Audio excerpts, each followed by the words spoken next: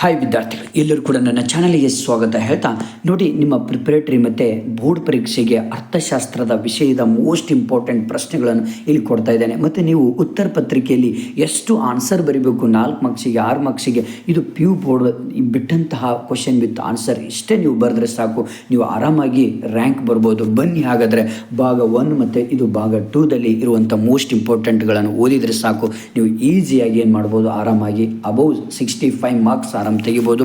Okay, ಬನ್ನಿ ಹಾಗಾದರೆ ನೋಡಿ. ಇಲ್ಲಿ ಒಂದು ಆರ್ಥಿಕತೆಯ ಕೊರತೆಯ ಸಂಪನ್ಮೂಲಗಳು ಸ್ಪರ್ಧಾತ್ಮಕ ಬಳಕೆಯನ್ನು ಹೊಂದಿದೆ. ಈಗಲೇ ಸಬ್ಸ್ಕ್ರೈಬ್ ಮಾಡಿಲ್ಲದಿದ್ದರೆ ನಿಮ್ಮ ಫ್ರೆಂಡ್ಸಿಗೂ ಕೂಡ ಶೇರ್ ಮಾಡಿ. ಓಕೆ ನೋಡಿ, ಆದಾನಗಳು ಮತ್ತು ಉತ್ಪನ್ನ ನಡುವಿನ ಕ್ರಿಯಾವಲಂಬಿ ಸಂಬಂಧವನ್ನು ಹೀಗೆಂದು ಕರೆಯುತ್ತಾರೆ, ಉತ್ಪಾದನಾ ಬಿಂಬಕ ಎಂದು ಕರೀತೇವೆ. ಮಧ್ಯಂತರ ಸರಕುಗಳ ಪ್ರತ್ಯೇಕ ಲೆಕ್ಕಾಚಾರವು ಈ ಕೆಳಗಿನ ದೋಷಕ್ಕೆ ಕಾರಣವಾಗ್ತದೆ. ಯಾವುದು ಅಂದರೆ ದ್ವಿಗಣನೆಗೆ ಕಾರಣವಾಗ್ತದೆ. ಕೆಳಗಿನವುಗಳಲ್ಲಿ ಯಾವುದು ಕಾಗದದ ತೆರಿಗೆಗೆ ಉದಾಹರಣೆಯಾಗಿದೆ ಅಂದರೆ ಕಾಗದದ ತೆರಿಗೆಯಾಗಿದೆ.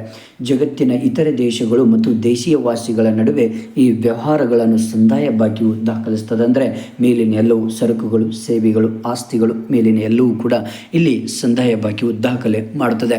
ನೆಕ್ಸ್ಟು, ಆವರಣದಲ್ಲಿರುವಂಥ ಸರಿಯಾದ ಉತ್ತರವನ್ನು ಆರಿಸಿ ಖಾಲಿ ಬಿಟ್ಟ ಸ್ಥಳ ಭರ್ತಿ ಮಾಡಿ. ಅಂದರೆ ಇಲ್ಲಿ ನೋಡಿ, ಇಂಪಾರ್ಟೆಂಟ್ ಇದು. ಬಯಕೆಗಳನ್ನು ತೃಪ್ತಿಪಡಿಸುವ ಸರಕಿನ ಸಾಮರ್ಥ್ಯ ಯಾವುದು ಅಂದರೆ ತುಷ್ಟಿಗುಣ ಅಂತ ನಾವು ಹೇಳ್ಬೋದು.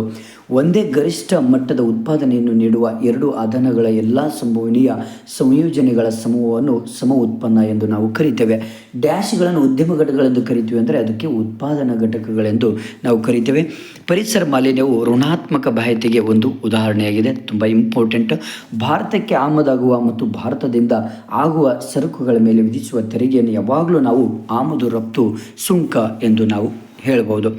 ನೆಕ್ಸ್ಟ್, ಹೊಂದಿಸಿ ಬರೆಯರಲ್ಲಿ ಇಂಪಾರ್ಟೆಂಟ್ ಇದು. ಬೇಡಿಕೆ ರೇಖೆ ಯಾವಾಗಲೂ ಕೆಳಮುಖ ಇಳಿಜಾರು ಆಗಿರುತ್ತೆ, ನೆನ್ಪಿಟ್ಕೊಳ್ಬೇಕು. AR TR ಬಾರ್ Q ಆಗಿರುತ್ತೆ. ಅಸಾಮಾನ್ಯ ಬದಲಾವಣೆ ಸಾಧ್ಯತೆ ಹೊಸ ಉದ್ಯಮಗಳ ಆಕರ್ಷಣೆ ಆಗಿರುತ್ತೆ. ಆದಾಯದ ಪ್ರತಿ ಘಟಕದ ಅನುಭವ ಸರಾಸರಿ ಅನುಭೋಗಿ ಪ್ರವೃತ್ತಿಯಾಗುತ್ತೆ. ತೇಲುವ ವಿನಿಮಯ ದರ ಬದಲಾಗುವ ವಿನಿಮಯ ದರವಾಗಿರುತ್ತೆ. ನೆಕ್ಸ್ಟು, ಈ ಕೆಳಗಿನ ಪ್ರಶ್ನೆಗಳು ಒಂದು ಪದ ನೋಡಿ. ಬಜೆಟ್ ರೇಖೆ ಎಂದರೇನು? ಭಾಳ ಇಂಪಾರ್ಟೆಂಟ್ ಇವು, 1 ಮಾರ್ಕ್ಸಿಂದು. ಅನುಭೋಗಿಯು ತನ್ನ ಆದಾಯಕ್ಕೆ ಸಮನಾದ ನಿರ್ದಿಷ್ಟ ಬೆಲೆ 2 ಸರಕುಗಳನ್ನು ಕೊಂಡುಕೊಳ್ಳಬಹುದಾದ ಸಂಯೋಜನೆಗಳ ರೇಖೆಯನ್ನು ಬಜೆಟ್ ರೇಖೆ ಎನ್ನುತ್ತಾರೆ. ಇಷ್ಟೇ ಬರೆದ್ರೆ ಸಾಕು. ಯಾವ ಕಾಯ್ದೆಯ ಮೂಲಕ ಕಾರ್ಮಿಕರ ವೇತನ ದರ ನಿರ್ದಿಷ್ಟ ಮಟ್ಟಕ್ಕಿಂತ ಕಡಿಮೆಯಾಗುವುದಿಲ್ಲ ಎಂದು ಸರ್ಕಾರ ಖಾತ್ರಿಪಡಿಸುತ್ತದೆ? ಕನಿಷ್ಠ ಕೂಲಿ ಕಾಯ್ದೆ. ಸವಕಳಿ ಎಂದರೇನು? ಬಂಡವಾಳದ ನಿಯಮಿತ ಸವಕಲು, ಹರಕಲಿಗೆ ಅವಕಾಶ ಮಾಡಿಕೊಂಡು ಅದಕ್ಕಾಗಿ ಒಟ್ಟು ಹೂಡಿಕೆಯ ಮೌಲ್ಯದಿಂದ ಕಳೆದಿದ್ದನ್ನು ಸವಕಳಿ ಎನ್ನುವರು. ಪುರೋಗಾಮಿ ತೆರಿಗೆ ಅರ್ಥ ನೀಡಿ. ಅಧಿಕ ಆದಾಯದ ಮೇಲೆ ಅಧಿಕ ತೆರಿಗೆ ವಿಧಿಸುವ ಪದ್ಧತಿಯನ್ನು ಪುರೋಗಾಮಿ ತೆರಿಗೆ ಎನ್ನುವರು. ಹಣದ ಅಪಮೌಲ್ಯೀಕರಣದ ಅರ್ಥ ತಿಳಿಸಿ. ಓಕೆ, ಇದಿಷ್ಟು 6 ಪ್ರಶ್ನೆಗಳಿಗೆ ಪ್ರತಿಯೊಂದಕ್ಕೂ 4 2 ಅಂಕದ ಪ್ರಶ್ನೆಗಳು ತುಂಬ ಇಂಪಾರ್ಟೆಂಟ್. ಯಾವುದು ಅಂದರೆ ಮಿಶ್ರ ಆರ್ಥಿಕತೆ ಎಂದರೇನು? ಒಂದು ಉದಾಹರಣೆ ನೀಡಿ ಇಷ್ಟು ಉತ್ತರವನ್ನು ಬರೀಬೇಕಾಗುತ್ತೆ. ನೆಕ್ಸ್ಟು, ಏಕತಾನಾತ್ಮಕ ಒಲವು ಎಂದರೇನು? ಇಷ್ಟು ಆನ್ಸರ್ ಬರೀಬೇಕಾಗುತ್ತೆ. ಯಾವುದಾದ್ರೂ 2 ಅಲ್ಪಾವಧಿ ವೆಚ್ಚಗಳನ್ನು ಹೆಸರಿಸಿ ಅಂದರೆ ಒಟ್ಟು ಸ್ಥಿರ ವೆಚ್ಚ, ಒಟ್ಟು ಬದಲಾಗುವ ವೆಚ್ಚ, ಒಟ್ಟು ವೆಚ್ಚ, ಸರಾಸರಿ ಸ್ಥಿರ ವೆಚ್ಚ, ಸರಾಸರಿ ಬದಲಾಗುವ ವೆಚ್ಚ, ಸರಾಸರಿ ವೆಚ್ಚ, ಸೀಮಾಂತ ವೆಚ್ಚ, ಇವುಗಳು ಕೂಡ ಬರ್ತದೆ.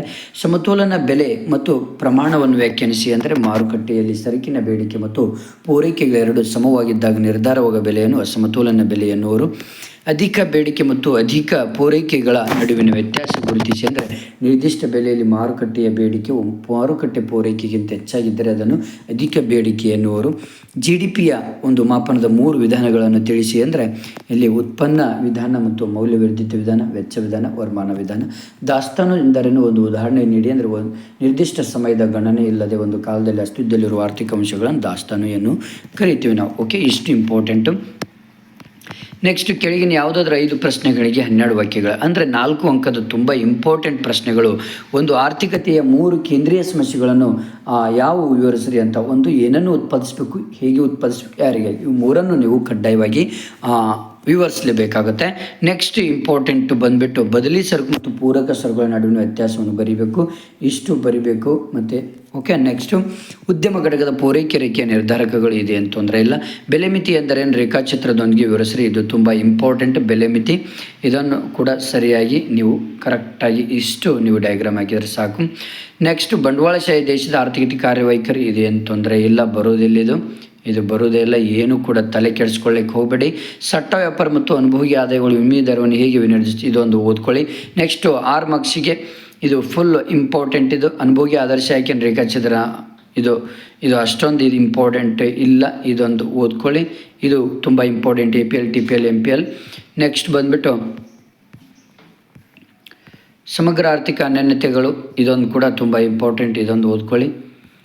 ನೆಕ್ಸ್ಟು ಯಾವುದಾದ್ರೂ 2 ಕಾರ್ಯಭಾರ ನಿಯೋಜನೆಗಳು, ಇದು ಮಾತ್ರ ಮೋಸ್ಟ್ ಇಂಪಾರ್ಟೆಂಟ್ ಪ್ರಶ್ನೆ. ಇದು ಎಲ್ಲದರಲ್ಲೂ ಕೂಡ ಬರುತ್ತೆ. ಇದು ಕಡ್ಡಾಯವಾಗಿ ಬಂದೇ ಬರುತ್ತೆ. ಭಾಳ ಈಜಿ ಇರುವಂಥ ಕ್ವಶನ್ ಇದು. ನೆಕ್ಸ್ಟ್ ಇನ್ನೊಂದು ಈಜಿ ಇರುವಂಥ ಕ್ವಶನ್, ಇಲ್ಲಿ ಆನ್ಸರ್ಸ್ಗಳು ಕೊಟ್ಟಿದ್ದೇನೆ ನೋಡಿ, ಇಲ್ಲಿ ಇವು ಆನ್ಸರ್ಸ್. ನೆಕ್ಸ್ಟ್ ಇದೊಂದು ಈಸಿ ಕ್ವಶನ್, ಇದೊಂದು ಕೂಡ ಬರುತ್ತೆ. ನೆಕ್ಸ್ಟ್ ಇದು ಏನು ಬರೋದಿಲ್ಲ. ಇದೊಂದು ಓದ್ಕೊಳ್ಳಿ, ಇಷ್ಟೇ ಓದ್ಕೊಳ್ಳಿ. ನೆಕ್ಸ್ಟ್ ಇನ್ನೊಂದು ಭಾಗ 3 ಅಲ್ಲಿ ಇಂಪಾರ್ಟೆಂಟ್ ಕೊಡ್ತಾ ಇದ್ದೇನೆ. Okay, thank you friends. ನಿಮ್ಮ ಫ್ರೆಂಡ್ಸಿಗೆ ಶೇರ್ ಮಾಡಿ, ಹಾಗೆ ನನ್ನ ಚಾನಲನ್ನು ಸಬ್ಸ್ಕ್ರೈಬ್ ಮಾಡಿ.